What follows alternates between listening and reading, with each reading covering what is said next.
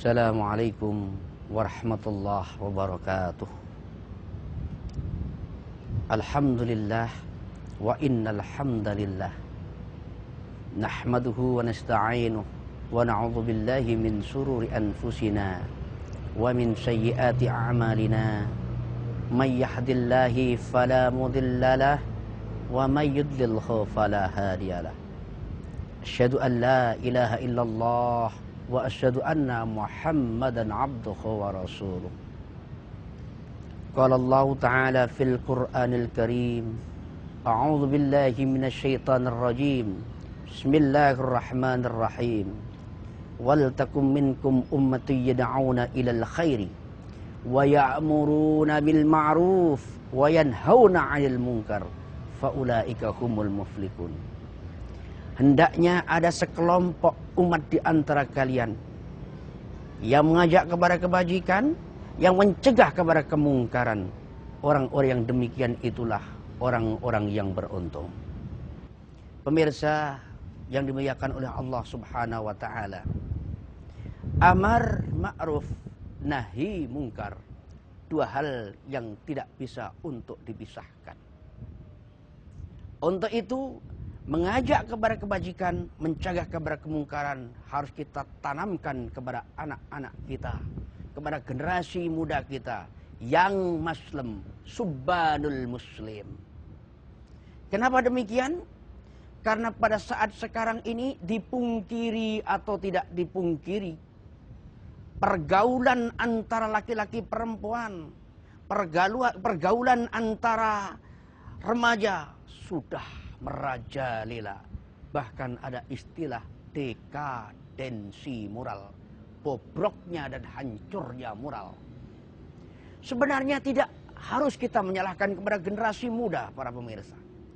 Bisa jadi tarbiyah, pendidikan yang diberikan oleh orang tua, perhatian dari orang tua kepada anak-anaknya dalam keadaan kekurangan atau masa bodoh saja. Padahal jelas kita diingatkan oleh filsafah Arab, innas sababa wal faragha wal jidata mafsadatun ayya mafsadatin. Masa muda diikuti kekosongan, diikuti rasa kebebasan serta harta benda yang melimpah adalah kerusakan di atas segala kerusakan. Tarbiyah, education, edukatif, pendidikan dari orang tua kepada anak ini sangat penting sekali. Maka ada istilah anak polah bopo keperadah. Apabila anaknya bergerak, apabila anaknya itu berbuat sesuatu, maka orang tuanya akan ikut terbawa-bawa. Puasa adalah salah satu dari dua kunci untuk mengantisipasi adanya dekadensi moral. Rasulullah menyarankan kepada kaum pemuda, apabila engkau belum bisa menikah, maka lakukanlah dua hal. Yang pertama adalah ar-riyadhah, yang kedua adalah as-shaum atau asyam. Apabila engkau tidak bisa untuk menahan nafsu seksualitas, tidak bisa untuk menahan adanya pergaulan bebas, maka lakukanlah dua hal. Yang pertama adalah ar-riyadhah. Hendaknya orang itu suka untuk berolahraga. Dengan berolahraga, nafsu seksualitas yang tertahan insya Allah akan tersalurkan karena terfikirkan yang fokus dengan olahraga. Tenaganya habis untuk berolahraga. Dan yang kedua adalah asyam, dengan puasa. Karena dengan puasa, nafsu seksualitas seseorang akan terbakar dan akan dihanguskan dengan panasnya puasa.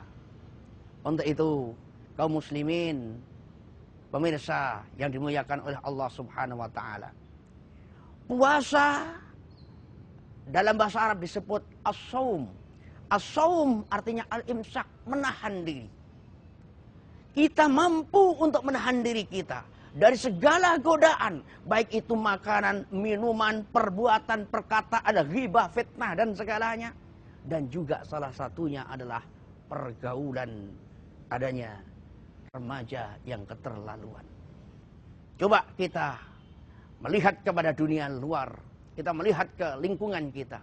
Bagaimana tidak menyedihkan apabila seorang pemuda pemudi berdua-duaan dalam tempat-tempat yang tidak ada orang lain. Yang ketiga tentunya adalah setan. Rasulullah telah mengingatkan kita, janganlah engkau berdua-duaan dengan lain. Nah, yang ketiga adalah setan.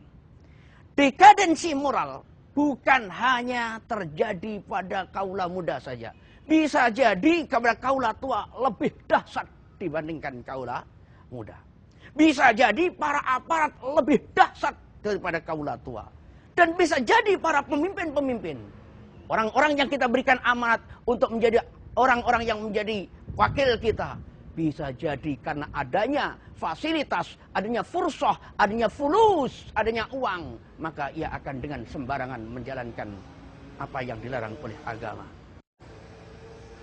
Pemirsa yang dimuliakan oleh Allah Subhanahu wa taala, manusia oleh Allah dicoba dengan kemiskinan, manusia oleh Allah dicoba dengan adanya kesakitan ataupun fitrah yang sakit. Banyak yang kuat, banyak orang mungkin datang ke masjid berdoa, qiyamul lail, sholat duha, rutin. Tapi kalau manusia dicoba dengan jabatan dan harta benda, Allah karim, subhanallah, banyak yang nomor 27-kan sholat jamaah daripada dia ini sholat jamaah mendingan menjalankan amanah. Semoga kita semuanya dengan adanya puasa ini bisa untuk mencegah hal-hal yang keji dan mungkar, mengimprove our body, our heart, dengan cara terang-terangan kita mencoba untuk berfastabiqul khairat. Wassalamualaikum warahmatullahi wabarakatuh.